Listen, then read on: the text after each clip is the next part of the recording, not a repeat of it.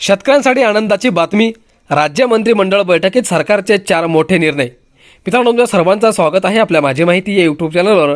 आणि मित्रांनो, आजची जी मंत्रिमंडळाची बैठक पार पडली त्या मंत्रिमंडळाच्या बैठकीमध्ये शेतकऱ्यांसाठी अतिशय 4 महत्त्वाचे असे निर्णय घेण्यात आलेले आहेत। ते 4 निर्णय कोणते आहेत, शेतकऱ्यांना कशा प्रकारे फायदा होणार आहे, संपूर्ण माहिती समजून घेऊयात। व्हिडिओ शेवटपर्यंत बघा आणि आपल्या माझी माहिती या यूट्यूब चॅनलला सबस्क्राइब करून घ्या, कारण रोज तुम्हाला असेच महत्त्वपूर्ण व्हिडिओ पाहायला मिळणार आहेत। मित्रांनो, राज्य मंत्रिमंडळाची एक महत्त्वपूर्ण बैठक आज पार पडली। या बैठकीत राज्य सरकारने अनेक महत्त्वाचे निर्णय घेतले आहेत।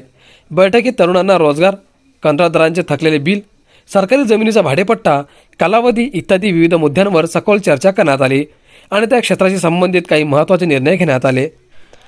मित्रांनो, या निर्णयांमुळे तरुणांना रोजगार मिळण्याची संधी उपलब्ध होणार आहे। तसेच राज्य सरकारने बैठकीत आणखी एक महत्त्वाचा निर्णय घेतला आहे। सरकारने शत्रू संपत्तीच्या विक्री खरेदीसाठी मुद्रांक शुल्क माफ करण्याचे ठरवले आहे। मित्रांनो, मंत्रिमंडळ बैठकीतील महत्त्वाचे निर्णय। औद्योगिक प्रशिक्षण संस्थांमध्ये PM सेतू योजना राबविण्यात येणार। होतकरू युवकांना दिलासा। पहिल्या टप्प्यात नागपूर, छत्रपती संभाजीनगर आणि पुणे जिल्ह्यातील औद्योगिक प्रशिक्षण संस्थांमध्ये अंमलबजावणी। पुढच्या टप्प्यात राज्यातील अन्य संस्थांचा समावेश होणार। PM सेतूमुळे उमेदवारांना रोजगार संधी मिळवणे सोपे होणार। मित्रांनो, कंत्राटदारांची प्रलंबित देयके अदा करण्यासाठी ट्रेडर्स प्लॅटफॉर्म, सार्वजनिक बांधकाम विभागाशी निगडीत सूक्ष्म, लघु व मध्यम कंत्राटदार उद्योजकांसाठी सुविधा। धुळे येथील जवाहर शेतकरी सहकारी सूतगिरणींचे पुनरुज्जीवन होणार। राष्ट्रीय सहकारी विकास निगम, नवी दिल्ली यांच्याकडे शिफारस। वेगवेगळ्या कारणांसाठी देण्यात येणाऱ्या शासकीय जमिनीच्या भाडेपट्टे कालावधी वाढवून देण्यात येणार। विशेषतः 30 वर्षासाठी भाडेपट्ट्याने देण्यात येणाऱ्या महाराष्ट्र जमीन महसूल संहिता 1966 आणि तसेच महाराष्ट्र जमीन महसूल जमिनींची विल्हेवाट करणे म्हणजेच नियम 1971 मधील तरतुदी अन्वये शासकीय जमिनींचा कालावधी वाढवून देण्यात येणार। केंद्र सरकार किंवा राज्य शासनाच्या ताब्यातील शत्रू संपत्तीच्या विक्री खरेदीसाठी मुद्रांक शुल्क माफ करण्याचा निर्णय। शेतकऱ्यांसाठी बहुउत्पादन केंद्र। मित्रांनो, बहुउत्पादन केंद्र उदयास आल्यामुळे कॅम्पसमधील शेतकऱ्यांना त्यांच्या कृषी उत्पादनांसाठी आधुनिक आणि सुसज्ज बाजारपेठ उपलब्ध होईल।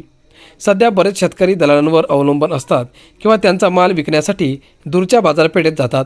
नव्या हबमुळे शेतमालाचेच उत्पादन, प्रक्रिया, पॅकेजिंग आणि थेट विक्री एकाच ठिकाणी शक्य होईल, ज्यामुळे शेतकऱ्यांना त्यांचे उत्पादन वाढविण्यात थेट फायदा होईल। व्यवसाय, उद्योग आणि रोजगार व्यवस्थापन। मित्रांनो, हे बहुउत्पादन केंद्र केवळ कृषी क्षेत्रापुरते मर्यादित राहणार नाही, तर व्यवसाय आणि औद्योगिक दृष्टिकोनातून खूप महत्त्वाचे असेल। कृषी उत्पादनाबरोबरच अन्न प्रक्रिया उद्योग, अन्न प्रक्रिया व्यवस्था, वाहतूक आणि निर्यात यांसारख्या क्षेत्रांना किंवा केंद्रांना मोठी चालना मिळेल। परिणामी स्थानिक तरुणांसाठी प्रत्यक्ष आणि अप्रत्यक्ष रोजगाराच्या मोठ्या संधी निर्माण होतील। तर मित्रांनो, अशा प्रकारे आजच्या मंत्रिमंडळाच्या बैठकीमध्ये शेतकऱ्यांसाठी आणि युवकांसाठी हे खूप महत्त्वपूर्ण असे निर्णय घेण्यात आलेले आहेत आणि नक्की त्याचा राज्यातील शेतकऱ्यांना, युवकांना मोठ्या प्रमाणात फायदा होईल असे आपण गृहीत धरूयात। आजच्या व्हिडिओमध्ये इथेच थांबणार आहोत मित्रांनो, पण पुन्हा भेटूयात पुढच्या व्हिडिओमध्ये की अशीच महत्त्वपूर्ण माहिती घेऊन। जर तुम्हाला येणाऱ्या व्हिडिओमध्ये अशाच महत्त्वपूर्ण माहिती जाणून घ्यायची असेल तर चॅनलला सबस्क्राईब करून ठेवा। धन्यवाद।